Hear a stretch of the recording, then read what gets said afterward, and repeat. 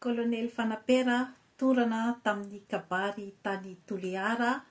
izay indray zany no hoadiaditsika eto. Tonga soa atao amin'ny fantarana Jean Forêt Santé aty Canada indray ianao. Kolonely Fanapera dia fantatsika fa izy zany dia manohitra ny fananganana ny ozinina basy Toliara ao amin'ny taniny satria maro dia maro izany ny environnement izay ahopotika sy ny fiarina izay ataon'ny vahoaka maro dia maro ao amin'ny tanàna io, ary indrindra koa zany dia tanindrazan'ireo olona ireo zany ny eo amin'ny toerana izay tiana anaovana ny basy Toliara. Nefa araky ny resaka azo avy amin'ny teknisiana siantifika maro eran-tany zany dia manimba ny tontolo iainana ny fananganana an'io basy Toliara io. Ny adiaditsika eto zany dia ny personnalitén'ny kolonely Fanapera. Maro zany ny resaka tombatombana hoe inona ny antony na safotra an'ny kolonely Fanapera.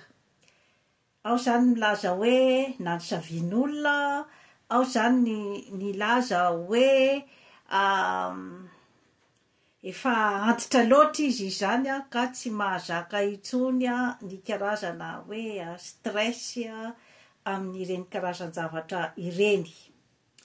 Raha araky ny fijeriko manokana dia tsy mahagaga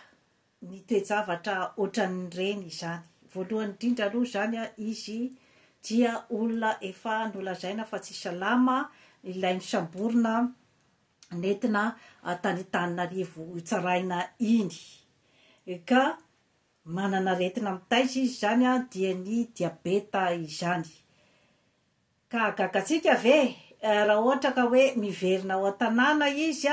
dia ho tonga ny filoham-pirenena dia ilazana izy hoe atsohy ny kolonely Fanapera, ilaza ny heviny eto imasom-bahoaka, eto imason'ny président de la république,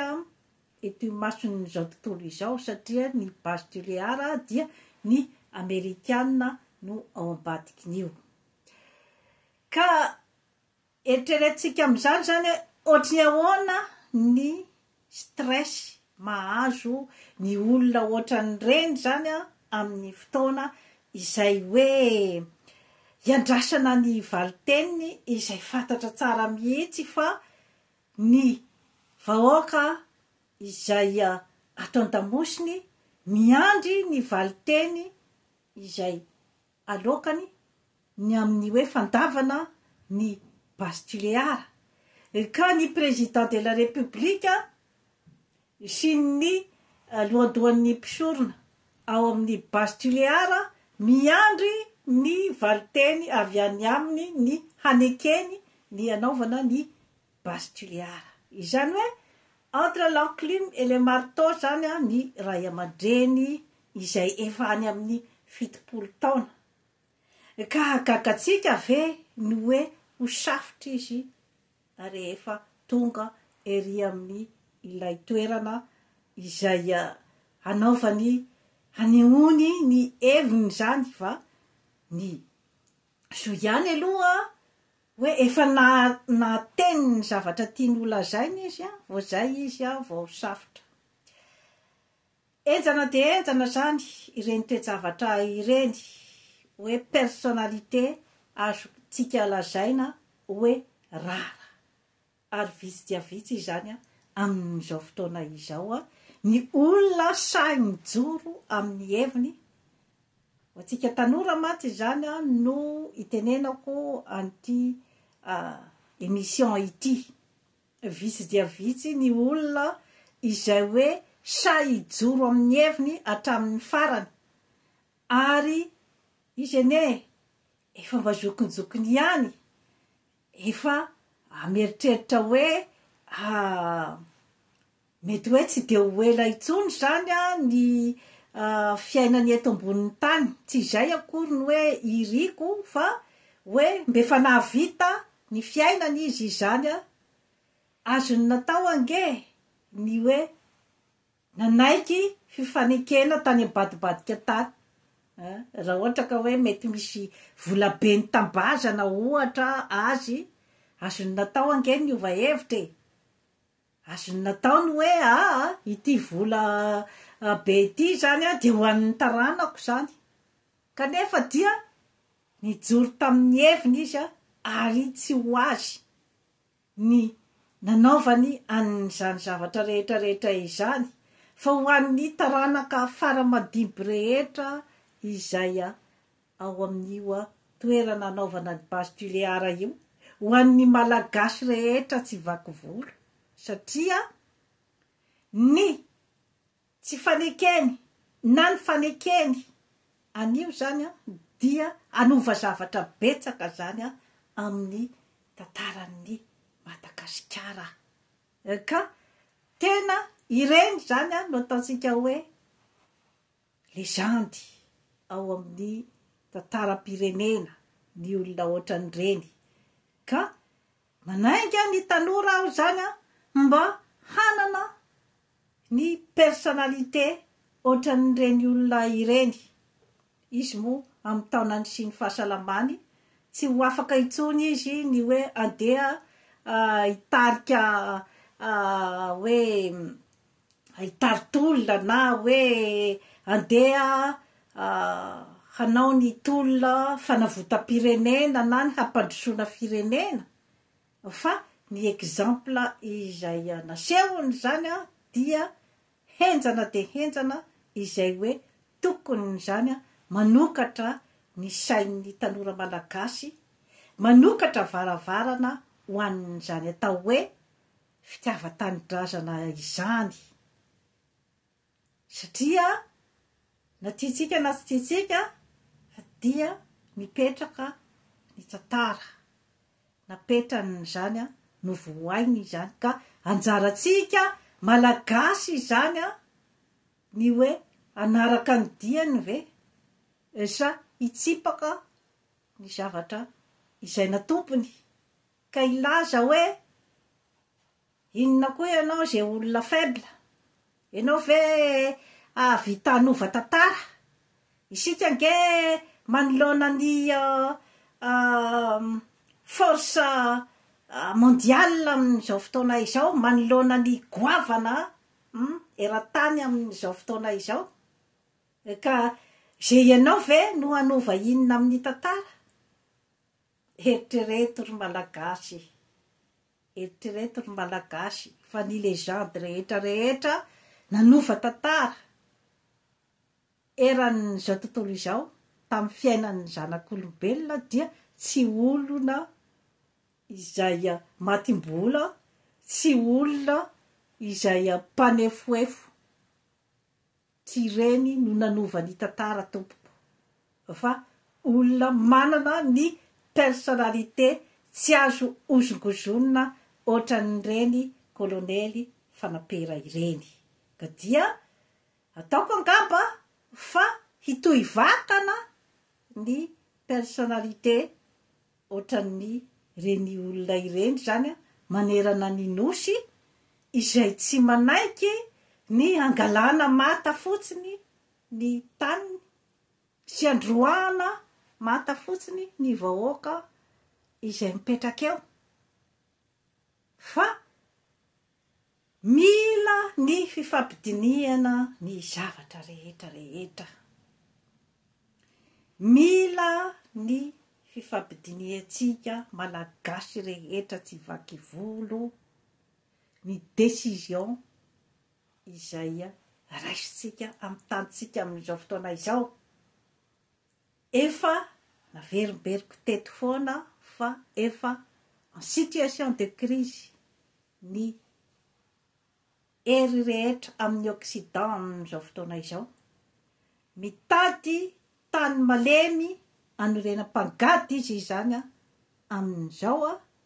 aty Afrika sy Madagasikara ka raha ohatra isika izany anaiky ny atao tany malemy azo andrenam-pangaty dia ireny efa hitatsika tsikelikely ireny ny zava-misy ao Madagasikara, ny tsy fandriam-pahalemana, ny fakana-keriny ny tanin'olona, ny faty amin'ny fomba feno abibiana eranio zavatra efa planification amin'ny mpanjanaka daholo nge ireny fanakorontanana rehetra ireny, satria rehefa mikorotana ny tany iray dia mora ho azy no maka izay zavatra rehetra tiany alaina ao amin'ny tany iray. Efa naverimberiko teto foana izay karazana exposé izay zany ampifoazana ny saintsika malagasy, ny hoe aiza marina ny lalakalehatsika, satria ny harena rehetra dia hita eto amin'ity Madagasikara ity daholo, saingy ny malagasy no tsy mbola vonona, ny malagasy no mbola tsy mety miray saina, ny malagasy no mbola tsy mety miray hina ikaondoha amin'ny andeha hitondran'ny tany, ka rehefa amin'ny tenin'ny malagasy hoe tany malemy azo andrenam-pangaty izay, ka rehefa manaiky anao zany ho tany malemy hitondran'ny Occident ny angady avy any aminy, dia anjaranao zay, kanefa dia tadidio fa nomenanao ny saina, nomenanao ny vatana, nomenanao ny fanahy, ahafahanao mikafika ny mety asoa ny tanidrasanao. Tadidio fa tsy ianao rery nge amin'izao fotoana izao, tsy ny fiainanao amin'izao fotoana izao ihany no tokony ho jerevanao, fa tokony ho jerevanao ihany koa ny ho fiainan'ny taranaka mandindra-rahatra izay, satria reny ry kolonely Fanampera ireny zao dia ny olona mitovitovy taona aminy, ny olona izay hoe mba nanana ny traikefa amina resaka politika teto Madagasikara, ny olona izay ataontsika hoe olo-manga zany dia efa reraka ohatran'ireny daholo ny akabeazany. Ny tanora ankehitriny nefa toa tsy misy voaomana ny amin'izany hoe fitondrana tanindrazana izany, tadidio fa ny tsirairay no tokony ho tonga saina ny amin'ny hoe fiafaran'ny Madagasikara, satria na izaho aty amin'ny tany mandroso efa manana ny nationalité canadienne, fa mbola maro ny havako mijanona any Madagasikara izay hoe mitaitaina sy mba manantena ny mba hiatsaran'ny fiainany. Izany zavatra rehetra izany nge no tsinjovintsika malagasy na dia tia tany lavitra aza. Efa maro dia maro ireo hoe miteny amin'ny YouTube ny influenceur sy ny sisa izay hitanao hoe miteny amin'ny fony mihitsy izy izany, tsy misy intérêt personnel ny manokana amin'ny zavatra lazay, fa ny falahelovany ny olona izay hoe fadiranovana mbola mijanona any Madagasikara. Tsy afaka handositra ty daholy ny malagasy 30 millions, fa ataontsika hoe firisan-jatony izay anga zay 30 millions zay nge mba afaka mikopak'elatra ataontsika hoe raha mentsika zao ny chiffre betsaka zany ny ataontsika hoe 5%, mbola betsaka izay ny hoe afaka hitsoaka ty ampitany ranomasina kanefa hoe izay olona tafajanonany ve zany dia hisibira amin'izao karazana extermination izao satria extermination ve zao fa miendry ny hafa fa minona tsikelikely amin'ny resaka hanoanana amin'ny resaka adi-tsaina amin'ny resaka tsy fahitan'asa amin'ny resaka tsy fandriam-pahalemana ny amin'ny resaka tsy fahafahana mianatra mandefa ny ankizy any an-tsekoly ny resaka tsy fahafahana mitsabo-tena zany daholy dia tebiteby hipetraka amin'ny citoyen presque ny olom-pirenena ao Madagasikara amin'izao fotoana izao efa famonoana tsikelikely izany zavatra rehetrarehetra izany manginy fotsiny ny fibodohana ny tany izay hoe zava-dehibe amin'ny malagasy izany hoe tanindrazana izany ka ho fongorona ho aminy izay mba kely ananany sarotra de sarotra zany ny mijery an'ireo toe-javatra rehetrarehetra ireo fehiny izay zavatra rehetra nolazaiko teo izay i kolonely Fanampera no efa nanokatra ny varavarana amin'izay hoe fitiava-tanindrazana izay gasakasakitsika malagasy ny hoe hanaraka ny diany ve sa hitsipaka azy ilaza fa olona tsinotsinona izy ka inona no mba ho vitan'izany sady dio fa fietsika iray izay avy amin'ny olona manana conviction afaka manova zavatra maro mila mitsinjo lavitra sika ny malagasy tsy izay zavatra hitanao androany akory de hoe iny zany rehefa metimety zany ny fiainanao androany de iny zany no eritreretinao fa hoe efa tafita aho zay tsinjovo ny taranaka faramandimbinao inona no andeha hovatan'ireo ankizy ireo rehefa tsy natao mafy orina ny fondation-ny trano izay honenany rahatra zay fa isika ve zany dia anao château de sable foana androany tontolo andro hoe mirodana ny eo de aorina indray de mirodana ny eo de aorina indray tsisy hafan'ny cyclone miverimberina ao Madagasikara zany zavatra rehetrarehetra izany izay mbola tsy ahitamba-olana hatramin'izao ny hoe inona zany tokony atao manoloana ny toerana izay fantatra fa en danger ny cyclone tokony amboatra trano mafiorina izany ny hoe ho an'ireo karazan'olona izay exposé isataona amin'ny resaka cyclone fa hoe tsika zany de faly fotsiny hoe andray ny fanampiana avy any velany amina million maro ange ny fanampiana mena amin'io resaka cyclone io kanefa de miverimberina tsisy hafan'izay koa ny fiainam-pirenena ka miantso foana ny amin'izay hoe resaka fampiavana-pirenena izay miantso foana hoe any no solution porte de sortie amin'ity zavatra rehetrarehetra ity rehefa tsy andeha amin'izay zany isika dia ny contraire an'izay de ny fifandatsahan-dra ka mbola hiditra amin'izay fa isika efa solution anankiroa fotsiny sisa eo de izay le hoe fampiavana-pirenena izay sy ny hoe andeha hiditra any amin'ny fandatsahan-dra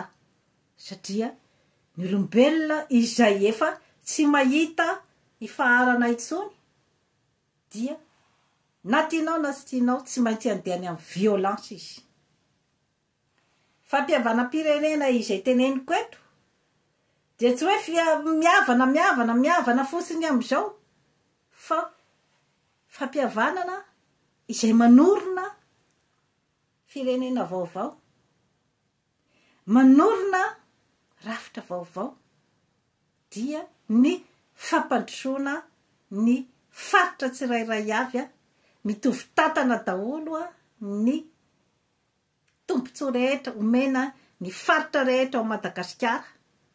na avy any avaratra, na avy any atsimo, na avy any andrefana, na avy any atsinanana, na ny avy afovoan-tany dia mahazo ny anjarany daholo misitraka ny harena rehetra izay misy ao aminy, izay vao tanteraka ny atao hoe fampiavana-pirenena. Resahana ao anatin'io daholo ny fampiavanana, na eo amin'ny resaka foko izany, fampiavanana na eo amin'ny resaka politika, fampiavanana na eo amin'ny resaka fahasalamana, ny système sanitaire en général ao Madagasikara, fampiavanana na eo amin'ny resaka fampianarana, na fampiavanana amin'ny resaka environnement, harenantsika daholo angereny zavatra rehetra reny, fampiavanana eo amin'ny sampam-pandrara, ny malagasy aloha no tokony ho priorité amin'izany resaka hoe fandrarahana izany raha hoe ao Madagasikara, nefa tsy mbola izay aloha ny zava-misy amin'izao fotoana izao. Ka izay zany no tiako atitranterina averiko eto roa fotsiny soatsika amin'izao fotoana izao, na andeha any amin'izay fampiavanana izay, na raha latsaka no hitranga ao Madagasikara. Izay anankiroa zay ihany no mety hitranga, ka anjarantsika malagasy zany ny mieritreritra hoe hoaiza ny lalaka alehantsika, satria efa tsy mety intsony ny système klasika ny amin'ny hoe izahay ihany vondrobondron'olombitsy no mitantana ny harena rehetra dia ny potipotimofo no zaraina any amin'ny sisa malagasy isam-batan'olona isaky ny faritra. Efa tsy mety intsony zay, efa tsy mety intsony zay mieritreretary malagasy. Ny averiberiko eto foana dia ny hoe Madagasikara ho an'ny malagasy. Dia toy izay sy toy izay no azoko natolotra anio. Manaova abonnement amin'ny Jeanne Forest Santé aty Canada fa hanatsara ny fiainanao. Veloma tompoko.